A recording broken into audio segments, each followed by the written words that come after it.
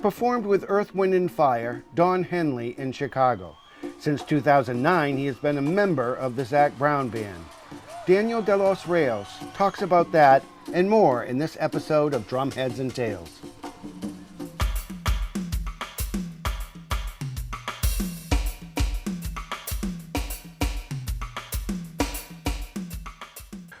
Welcome, Daniel De Los Reyes, to Drumheads and Tales. You are here for the concert tonight with the Zac Brown Band. You've been a member since... '09. '09? You come from a long history of drummers and percussionists in your family, and your dad is even known as a pioneer in the music industry. Tell me about your dad. How many hours do you have? How many days do you have? My dad, he's 92 years old. If I call him right now, I mean, he's 92, so things have changed, but he's always, if he can't do it physically, he's doing it mentally, practicing something. What am I? I'm third or fourth generation musician from the De Los Reyes family, grandfather, uncles, definitely brother. And so my dad, Walfredo, it would be Walfredo III De Los Reyes. And so he, I don't know how he picked up the drums because, and I know he told me one time, but because all the other uncles were horn players. My grandfather, his father, was a band leader, singer, and trumpet player. Yeah. Traditional, like Harry James type. So I don't know how my dad picked up drums of all things. And I don't mean percussion, I mean drum set in Cuba. So my dad started there, and he was always going back and forth to New York and Havana, so he studied Juilliard, and a lot of teachers in that area, teachers that we have books of, like Henry Adler and all those kinds of incredible teachers, right? So, but he would go back to Cuba, and then in Cuba he would, growing up there, he would know and learn all the different styles of music from Cuba, and especially of that era. Yeah. And you could just imagine in those days they were inventing, like for instance, the cha-cha-cha was not invented at that time. It came from other music. Yeah. And then my dad was in the infancy of all those kinds of music becoming popular, so he was one of those people that helped to get all those different styles out into the world. Yeah. So, he grew up in Cuba? My dad, well, Cuba and the United States, and when I say United States, New York City, right in the thick of it. Yeah. So he was always back and forth, and then I'll try to shorten it. It's kind of hard because he had such an incredible career, and it's such an impact on my brother and I. But he came to the United States. He had already a marriage, and he had two children, which is Lily, and then my brother Walfredo, which plays drums with the band Chicago, Walfredo Reyes Jr. And then, but unfortunately his wife passed away from something that was definitely curable not too many years later. Right. Anyway, so he moved to New York City, he met my mom. He had me, and as the family was growing, he needed more consistent work. And in New York, even though he was playing all the clubs, you know, there was Tito Rodriguez, Tito Puente, Machito, all those different bands, the money was not steady, and so he was offered a contract in a hotel in Puerto Rico. So we moved immediately. When I was literally 2 weeks, we moved to Puerto Rico. Wow. So we grew up there. He was in a hotel, stationary the whole time. Yeah. I think we left when I was 10 or 11, 1970. We moved to Las Vegas. And again, it's because as the family grew, we needed more money. Yeah. And then contracts, you know, when they were being offered, you know, it was a great thing for a family. Yeah. So he moved to Las Vegas, got a contract there, a show called The Latin Fire, and he started there, and we moved the whole family from Puerto Rico to Las Vegas, which is tropical desert. And so it was quite a change. We didn't know how to speak English or anything, but it was cool. And then my dad started working, and then he ended up, he would do like house band gigs. And so let's say right now you played for, I'm just gonna throw one of the hotels, Desert Inn or the Sands, which were owned by Howard Hughes, Daylow Properties. At that time, that was just beginning to be something. It was very abnormal for one entity to own more than one hotel. So, but Howard Hughes was kind of, I think, the first maybe to own a multiple number of hotels. So each hotel had a house band. That drummer, percussionist, had to play both mallets and drums, and then he would have to sight read like crazy because they would, an entertainer would come. I'll give you an example, like a comedian might come, like a Milton Berle, or Debbie Reynolds, or Rich Little, or Flip Wilson. They had music, they had a conductor, and then another entertainer might come, like a Tony Bennett, a Frank Sinatra, and then he would be the drummer that would play that show that night. So you would read all the crazy charts and then play that show like if you've been playing it for 30 years. So I grew up, he would take me and sit my butt on down next to him or my brother. And so we grew up, we saw everybody. That must have been an amazing upbringing, being able to watch him perform with all these people. So I didn't really appreciate it. I mean, I didn't really appreciate it till much later in life when I was an adult, what I was subject to. Yeah, you were later because on, you figured it. Like anybody that goes, I want to go, Dad, can I go with you to work? You're a carpenter, you go and you learn some carpentry. Yeah. Well, with my dad, I was always talking to all the entertainers, Jerry Lewis, and I mean, every one of them. Yeah, that's amazing. And and I remember as a kid always, liking one more than another. Like I fell in love with Raquel Welch, and she came to the Hilton, I never forget. And I was just, oh my God, she's the most beautiful woman. And but anyway, so I grew up in Las Vegas, and then I went, just like my brother, we branched out and we went to school. We joined the bands in school. We went to the university, UNLV. My brother more than I. Definitely, I just lasted a little bit, but we were very much in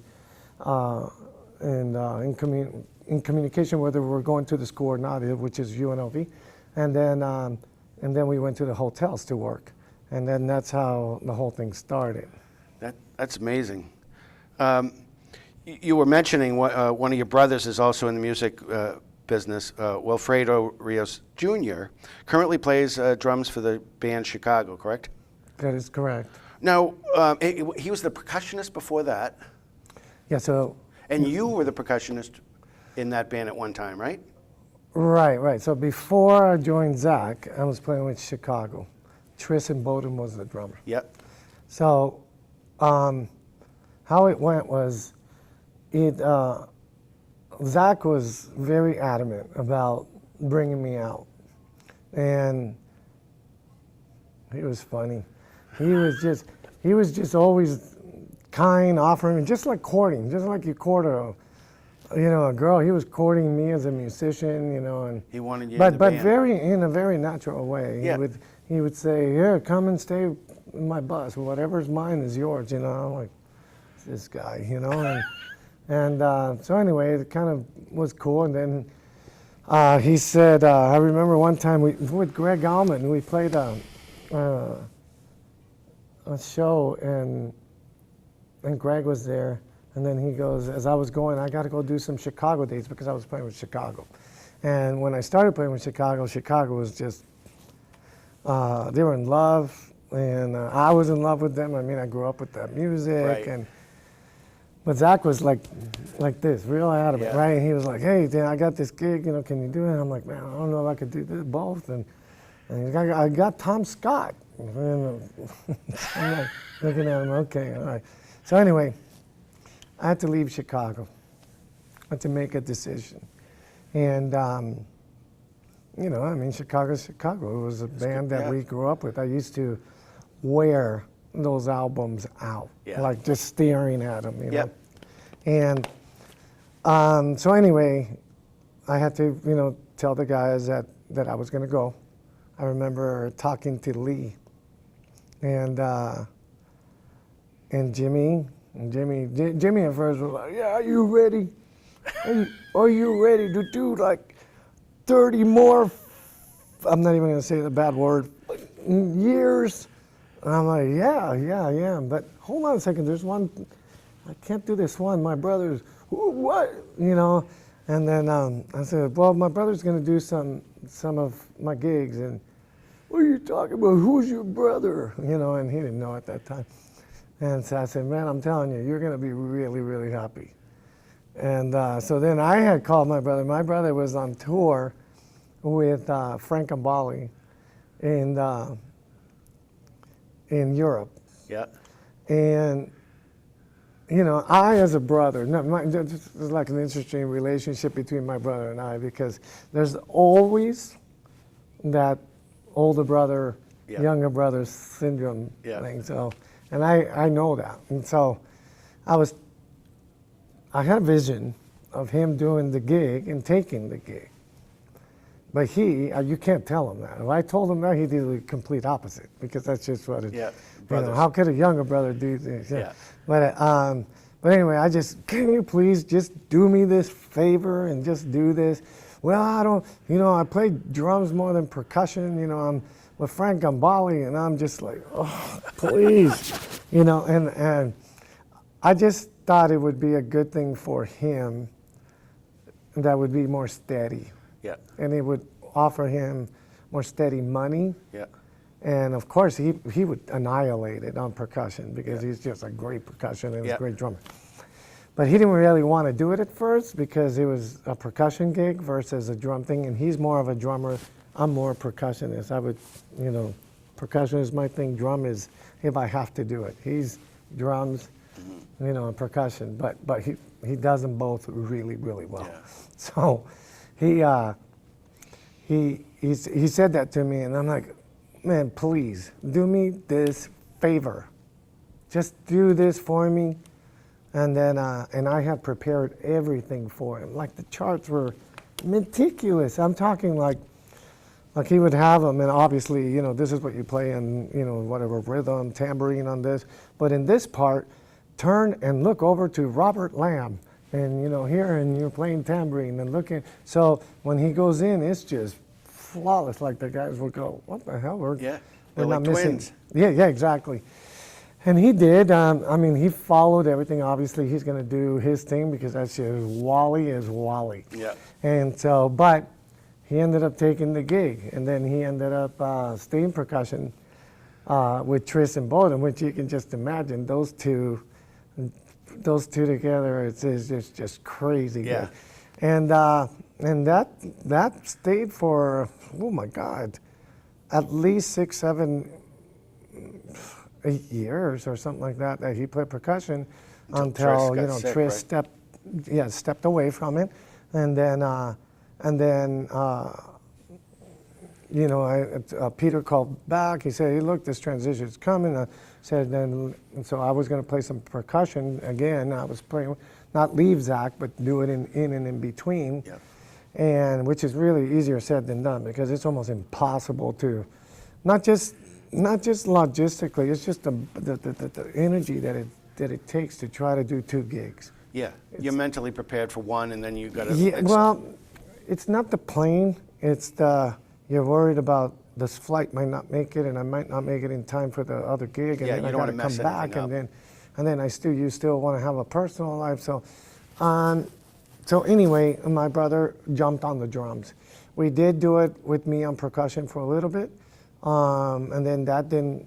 That it worked out great, because I'm playing with my brother. There's some videos of it actually, and I'm very proud of it, because just to play with my brother, just like we used to when we were young. But then you know, then they needed someone full time, and then that's when they hired Reyes is his name. Mm-hmm. And so then Reyes and my brother became the Chicago rhythm section, and then I went back to Zac, and I didn't have so much to worry about. Yeah, you know. Which is, that's probably a good thing.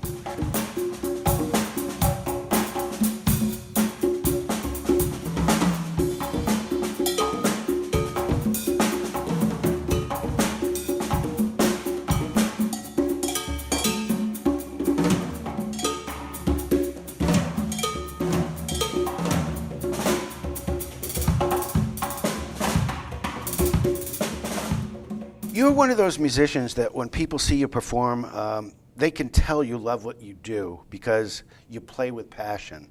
As long as you've been doing this, how are you able to keep the fire burning? So when it comes to, there's a couple of things to that. There's the natural aspects of that which come with your personality, and your personality is always changing. Hopefully you're evolving and you're becoming a better human being. So in part of becoming a better human being, you're usually, you appreciate things more as you get older. So when you appreciate time, when you appreciate people coming out to the show, spending their hard-earned money, you just, that in itself feeds you, and it makes you happy, you know.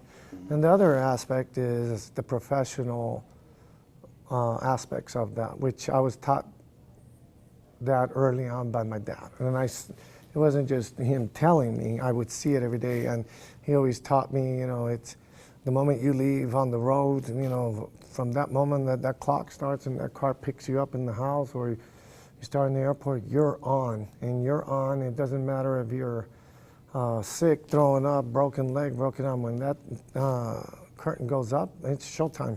Right. And I saw that throughout my life. So it became part of my, just everything that I do when it comes to entertaining. So sometimes I can be really, really sick, like in the days in between, fighting, and, you know, how are you going to do a show? All of a sudden that day of showtime comes, and whew, and it's gone. And that's how we grew up, seeing our dad do that with all the different entertainers that he played for. Right.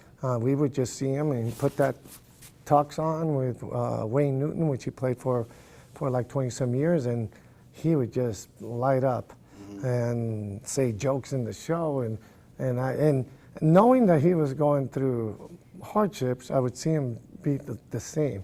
And so when you ask that question, there's two different things.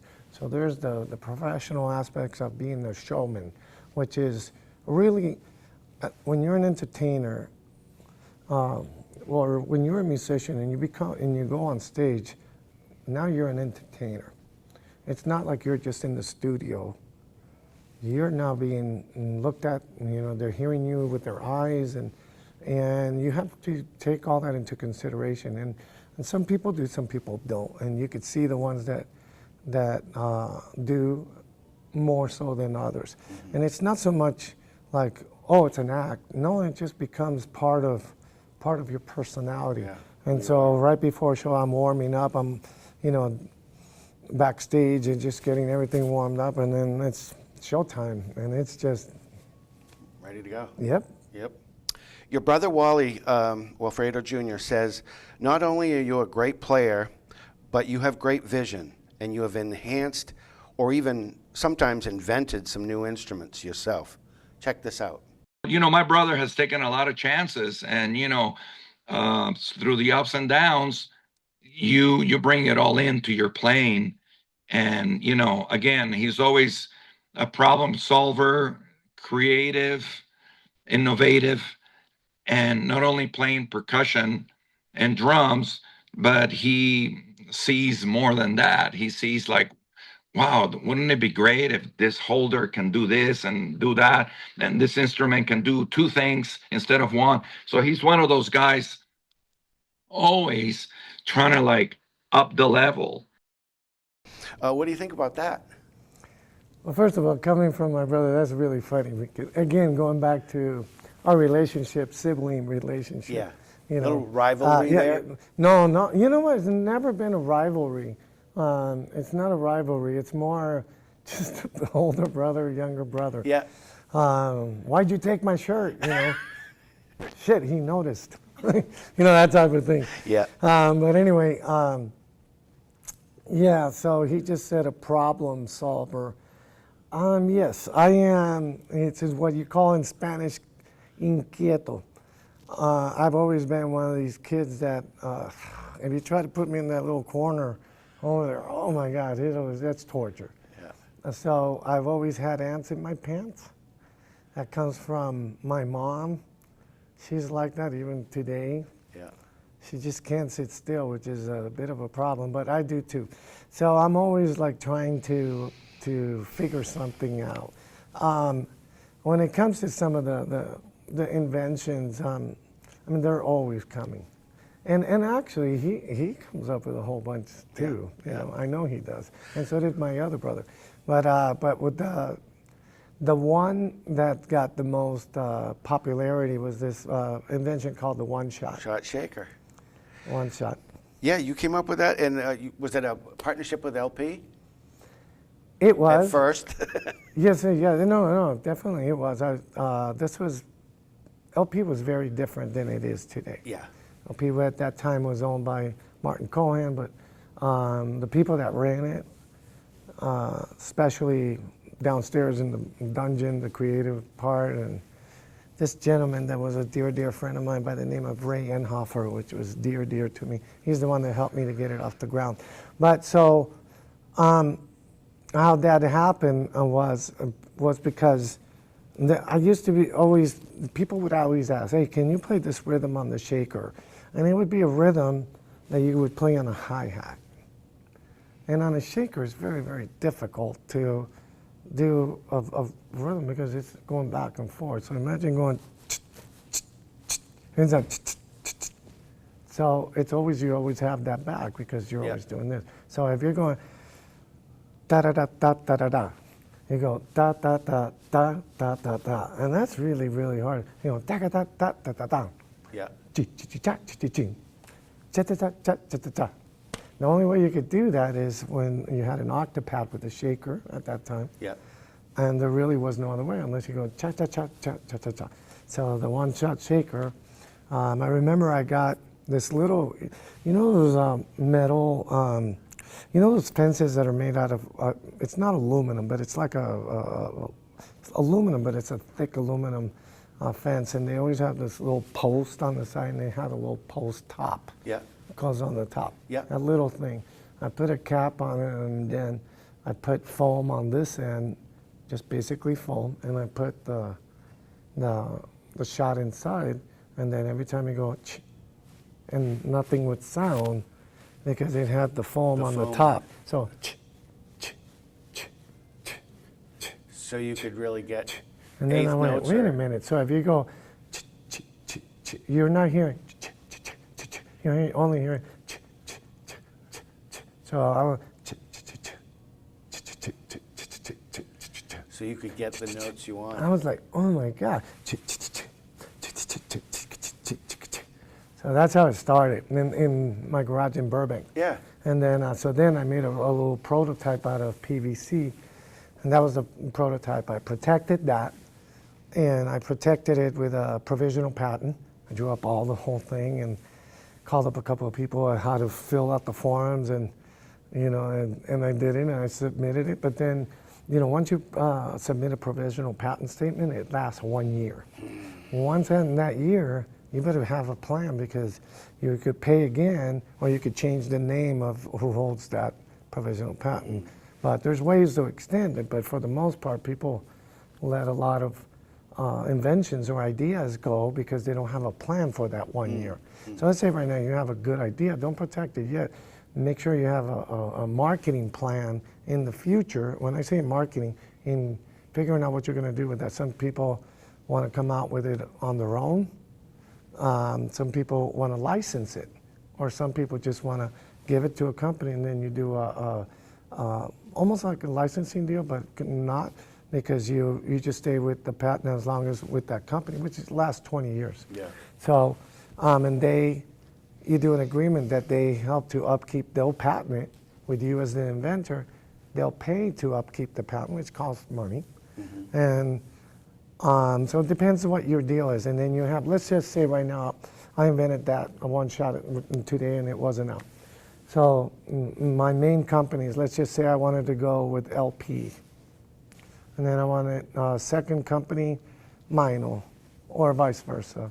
So in 1 year, so I call, I schedule a meeting with them. We both sign non-disclosures.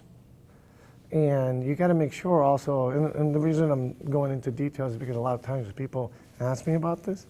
You got to make sure that when you sign the non-disclosure, because a lot of companies will sign if they've come up with an idea like this, then they could keep going on that, similar to the idea that you're going to present. No, I'm not going to sign that. I'll go with another company. So There's a lot to it. oh yeah. So, but then when you meet with them and then you show them an idea, and they, let's say right now they like it, and they're going to get back to you. You give them a timeline. Let's say within 2 weeks. And then you give, let's say right now LP was the first choice. You give LP a 2-month timeline to be able to finalize some sort of deal with them, whether it's licensing, whether it's keeping the patent, or you just doing a signature model, whatever you come up with. But 2 months. Because if you just wait around and if time passes, before you know it, 6 months, 7, 8 months pass. Right. And then all of a sudden, 1 year is up, and then it goes into the open, and anybody can get that idea.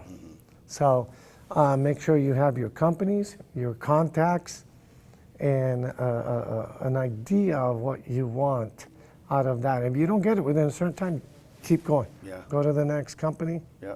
And go and you tell them, look, I've had meetings with this company. We signed non-disclosures, but we didn't end up working a deal. I would like to see if you would be interested in this product. Yeah. And you keep moving. Yeah. Yep. So you've recorded or toured with Aretha Franklin, Peter Frampton, Don Henley, Sheena Easton, Stevie Nicks, Earth, Wind and Fire, and as you mentioned, Chicago, Jennifer Lopez. Earth, Wind and Fire, that must have been a cool gig. Is there one thing that you learned from Maurice White? Oh my gosh. So, yes, and some of those people that you've named, some of them I've recorded and not toured. Some of them I played a concert or two with them and not recorded or toured. Some of them I've recorded and toured. Some of them I just recorded with. Yep.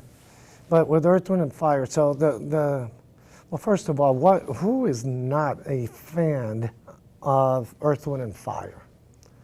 I mean, everybody. It doesn't matter what ethnicity you are, you love Earth, Wind and Fire music. Right.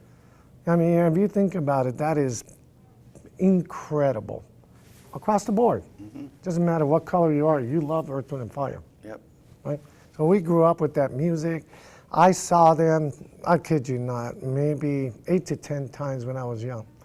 Every time I saw them, they changed my life, because they're not only such great musicians, they're great performers. So the shows were just high energy. You just came out of there like if you had, one of those things that you're so affected that you just can't even cope with that much energy going inside of you. But anyway, I believe it was either the first or second at the Convention Center in Las Vegas that I saw my first concert, and they were them. So I can't remember which one was first. I was thinking about that, because of all things, it was either Deep Purple, which was everybody would come by the Convention Center, and my mom.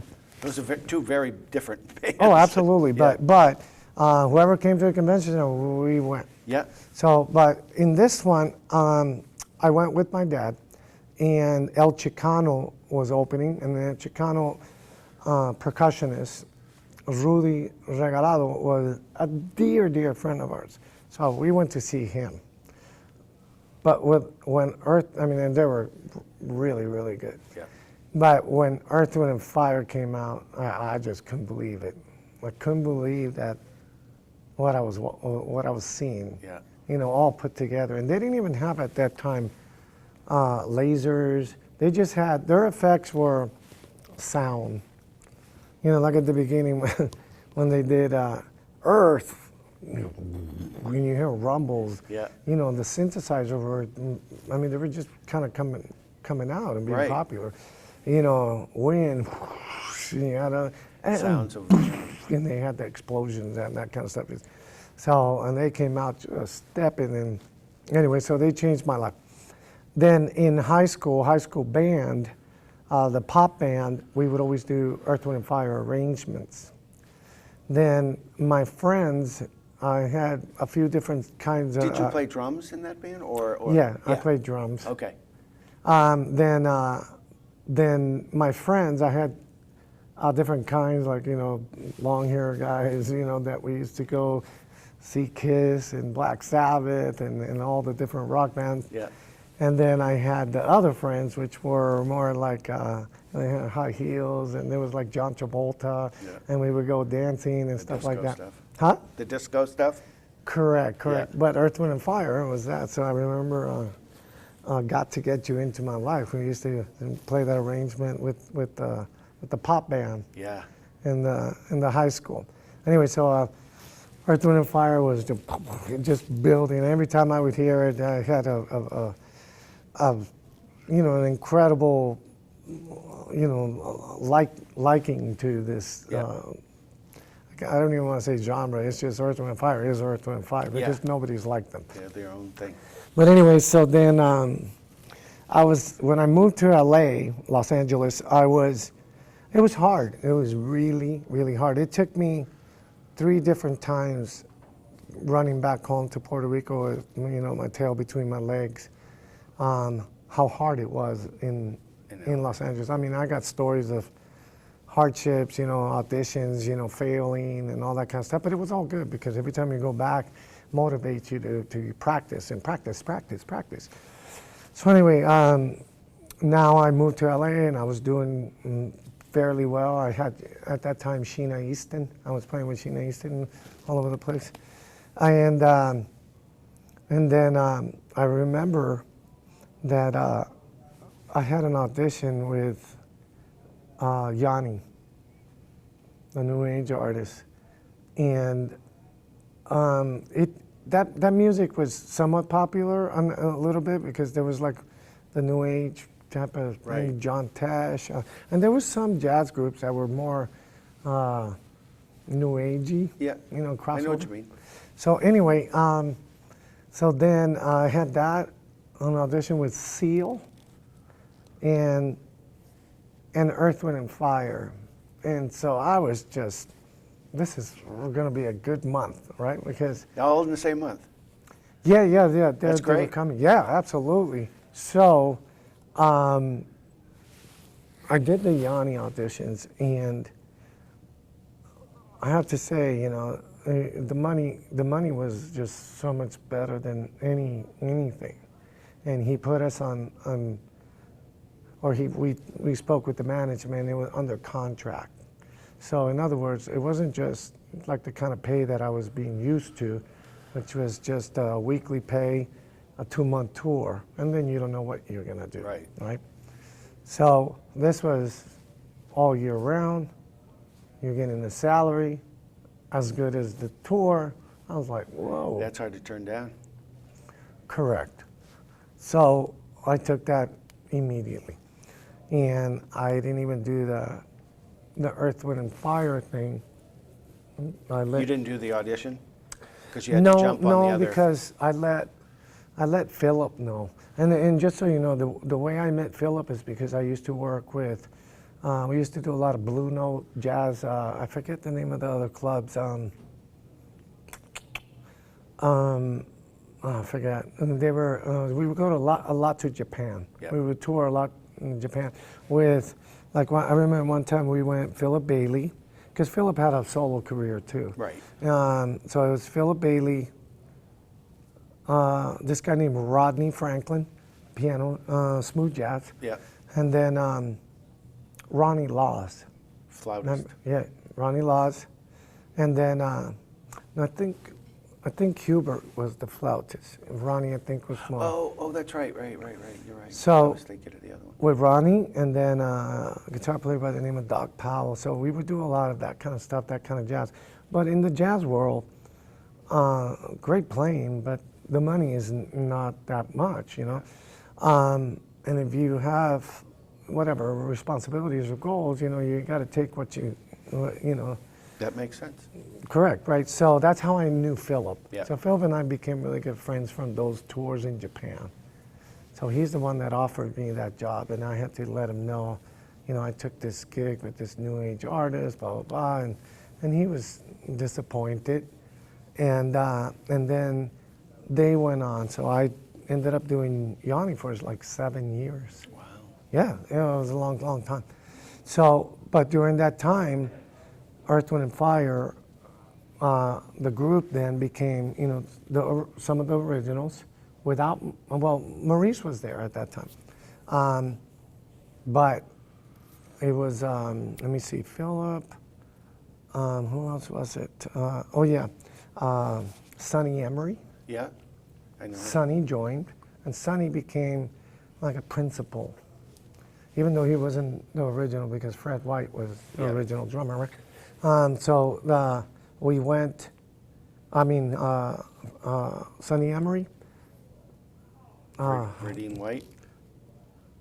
Yeah, no, Verdine's always been the mainstay. Yeah. There's never been anybody else. But there's Sheldon Reynolds. Sheldon Reynolds, guitar player, super, super good. He came from the Commodores. Oh, wow. So he also was, and then became like almost like a secondary lead or one of the originals. Yeah.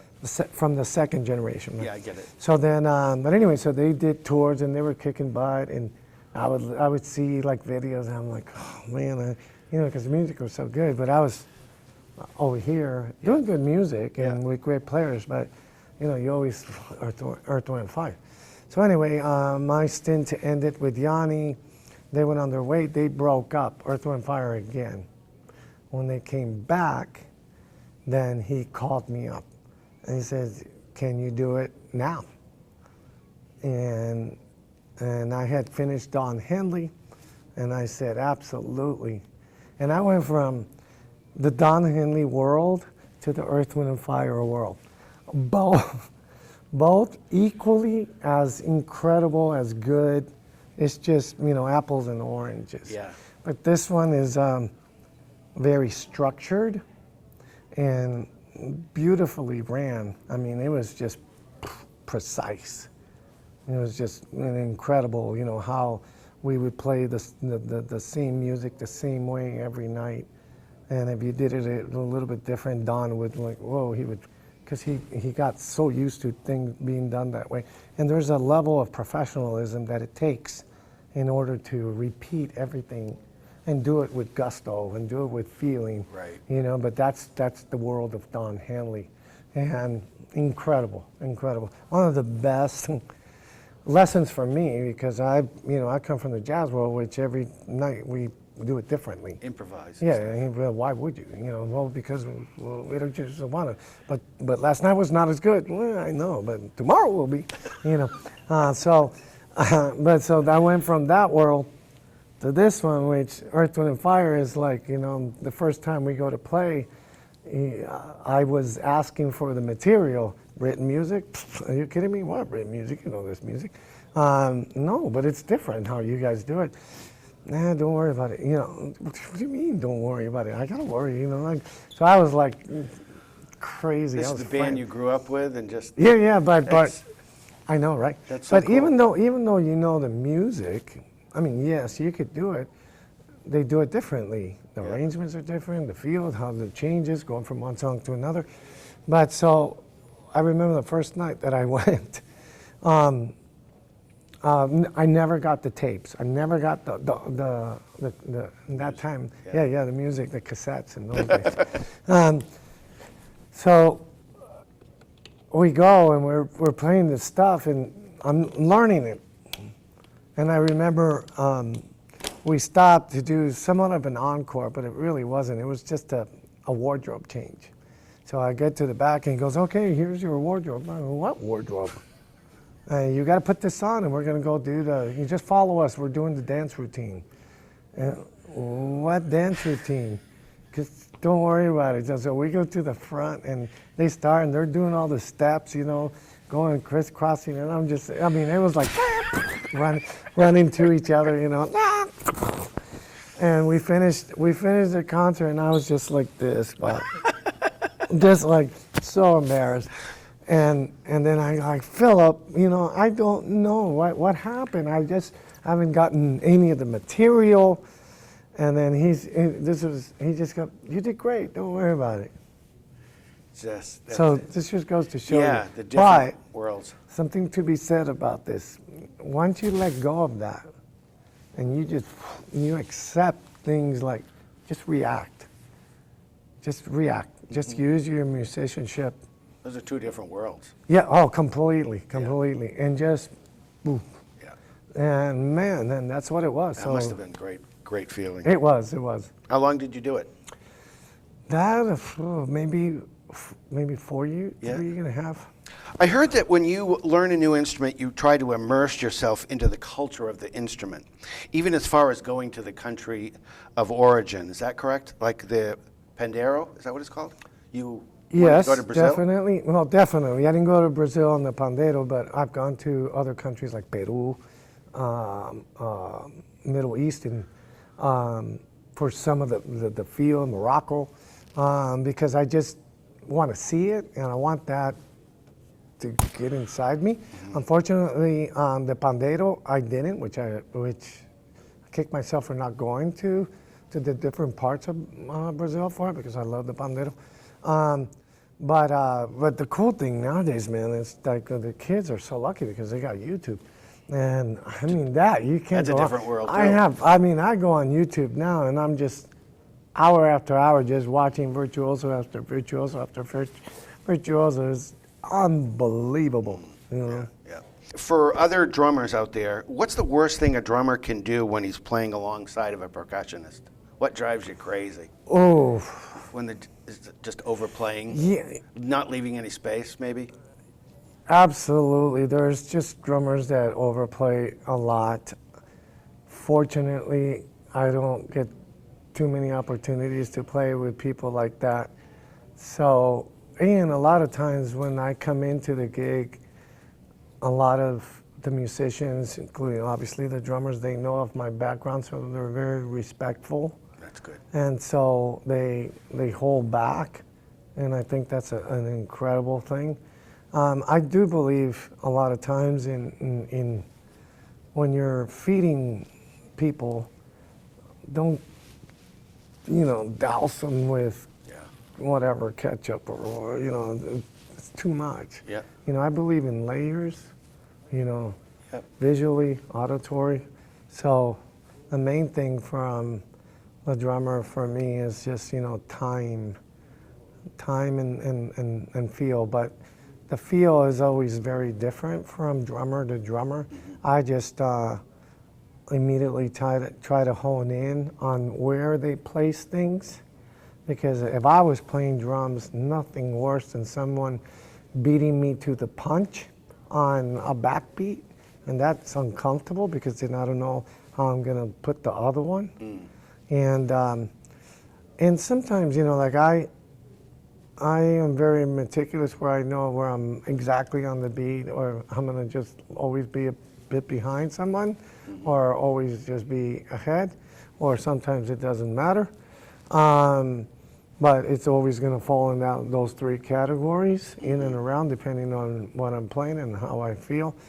But when it comes to as far as like the drummers, what they do, sometimes young drummers, they'll take a chance, and why would you? Why would you take a chance in disrupting something Derail just it. to add something? And from a drummer, if you do that, that's just like, to me, immature. Yeah.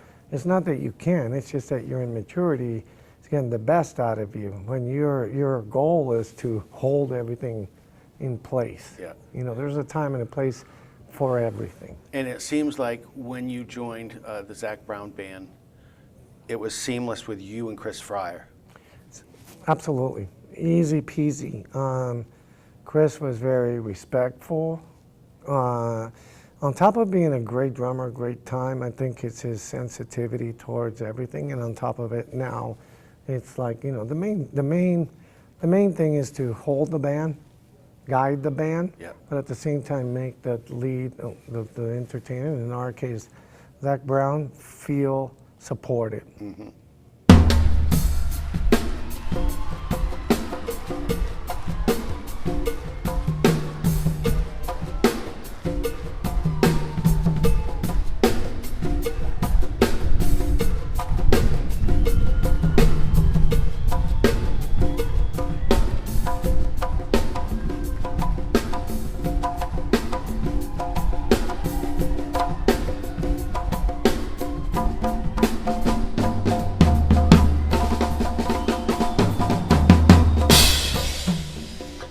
warm up before the show? I think you mentioned that a little Oh my earlier. gosh, yeah. I love warming up.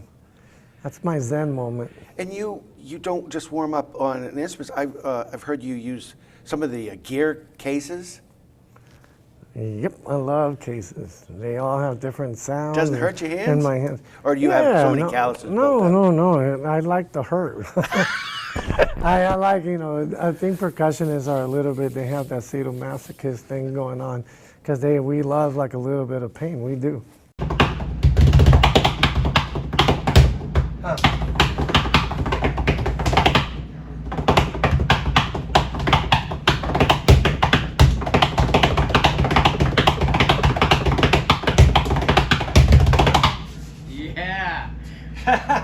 Last question. You've got Daylow music. Talk to me about what you want kids to get out of that program. So, What is it first? Right. So Daylow, summarize it. We use music, which is a wonderful tool to help to break down barriers to communicate, right? But what do you communicate? And that's where I feel the coach or the teacher or teachers have to be sensitive to the students or the clients that Is are it a coming. camp or is it a... No. At the moment, it's being ran very, very small.